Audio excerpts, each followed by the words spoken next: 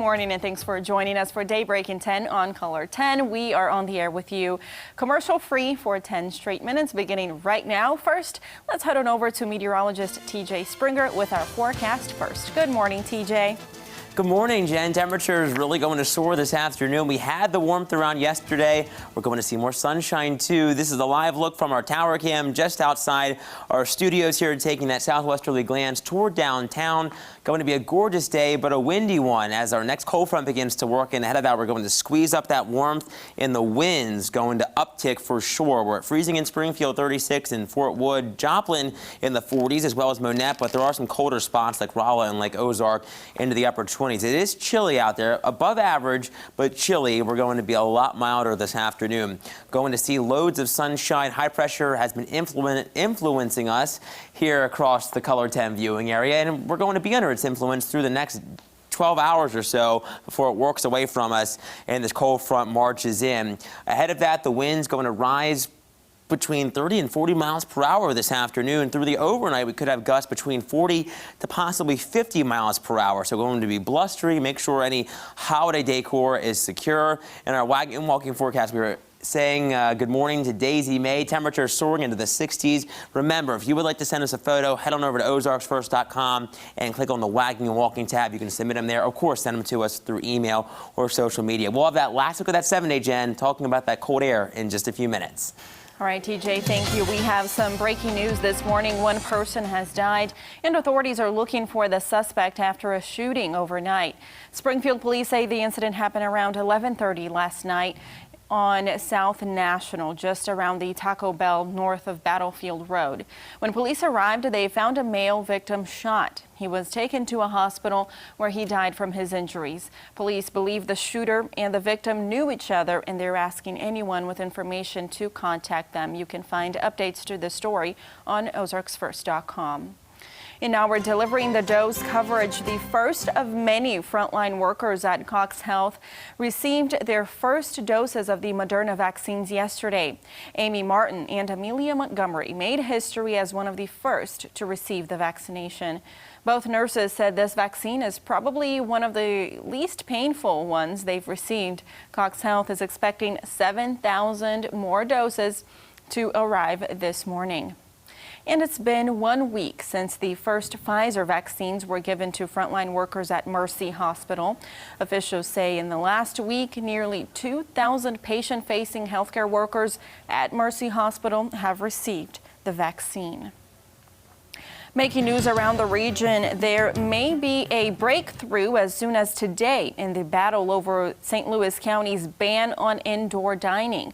For the last 6 weeks, the county's Safer at Home order has banned all indoor dining. It started when COVID-19 daily new cases went up to over 800 last month.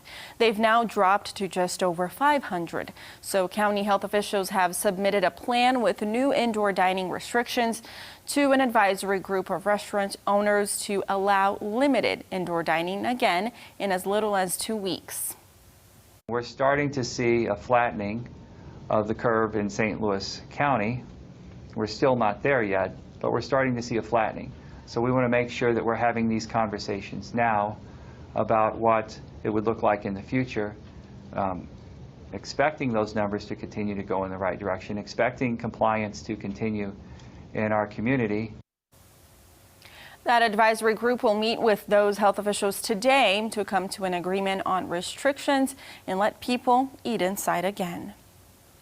A dramatic scene of a Webster Groves police officer who was shot 6 times and survived.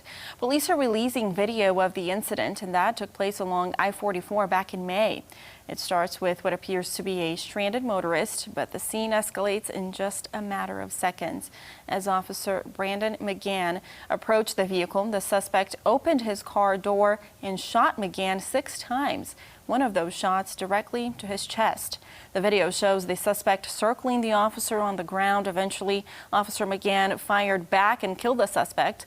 Officer McGann was able to put a tourniquet on his arm before being sent to the hospital. Looking around America now, a garbage fire has turned into a raging inferno in North Hollywood in California. At least 2 commercial buildings went up in flames late last night, and power was knocked out in the area, affecting 1,200 customers. It's not clear when power will be restored. Officials say one of the buildings has already been destroyed. The roof collapsed, and it's feared the walls might cave in as well. More than 100 firefighters are battling the fire. West Point Military Academy is dealing with its worst cheating scandal in nearly 5 decades. 72 first-year and 1 second-year cadet from the United States Military Academy are accused of cheating on a calculus test. The incident came to light after all of the exams had the same incorrect answers. 4 of the accused students have resigned from the academy, while around 60 have reportedly confessed to cheating and are now enrolled in a rehab program which highlights ethics and the honor code. The last scandal of this kind at West Point was in 1976 when 150 cadets were accused of cheating on a final exam in electrical engineering. In more local news for you now, a virtual job fair is happening today. It's hoping to fill clinical and non-clinical healthcare positions throughout Missouri. 300 employers are registered to participate in the fair. Many of the positions don't require prior experience or training. If you're interested, you can register at returnstrongmo.easyvirtualfair.com. The fair will be held from 10 a.m. until 2 p.m. today. And the Greene County Commissioner says it has approved the remaining balance of the $34.4 million in CARES Act relief funds made available to the county for local distribution. All funds from the CARES Act grants are now allocated. Any additional information and the total dollar allotments can be found at greenecountymo.gov. Now, we told you yesterday about Bass Pro doing a dollar-for-dollar match for money donated in the Salvation Army red kettle sitting outside the store. The Salvation Army has a first day total, which is over $4,000. You can still give through 2 p.m. on Christmas Eve at one of the 3 kettles at Bass Pro, and the company will match it up to $20,000. And now here's a look at what's coming up after Daybreak. Secretary Alex Azar about an alarming new strain of coronavirus. Plus, how the NBA hopes to make it through the season playing games outside of a bubble. Coming up on CBS This Morning. All right, trending this morning, we heard yesterday, and people are still talking about it, that Majority Leader Mitch McConnell has said the Senate will return to Washington on December 29th to respond to a potential veto from President Trump on the defense bill. Now, this is very rare that they would come back during this time, so we'll keep following that and see what happens with that. They're returning on December 29th.